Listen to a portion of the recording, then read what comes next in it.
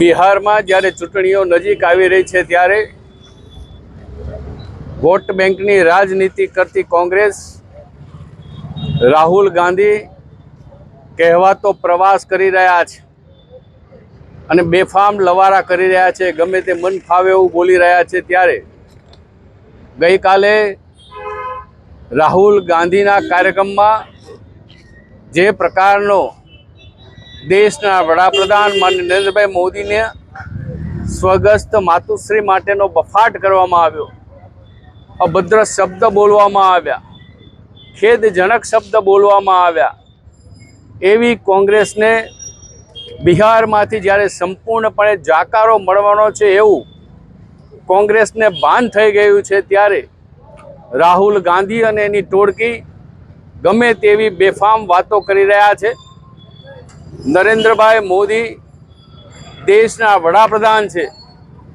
અને વડાપ્રધાનના સ્વર્ગસ્થ માતુશ્રી માટે જ્યારે આવા ખેદજનક શબ્દો બોલાય ત્યારે ભારતીય જનતા પાર્ટીએ આજે સમગ્ર દેશમાં ગુજરાતમાં વિરોધ વ્યક્ત કર્યો છે।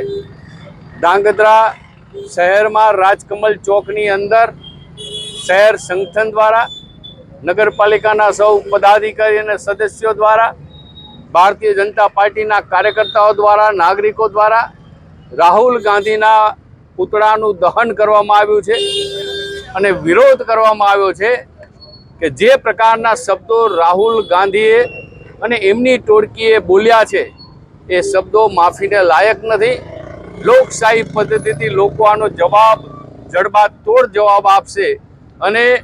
બિહારમાં હાર ભારી ગયેલી કોંગ્રેસ જે બે બાકડી બની છે એ જો એની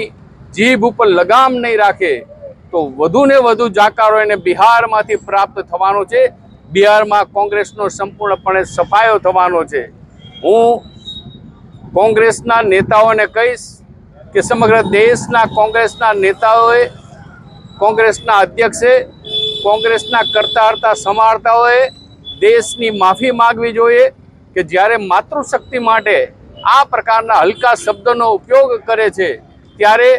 ખેદજનક રીતે બધા જ લોકોએ જ્યારે એને વખોડ્યું છે ત્યારે કોંગ્રેસે જાહેર માફી માગવી જોઈએ।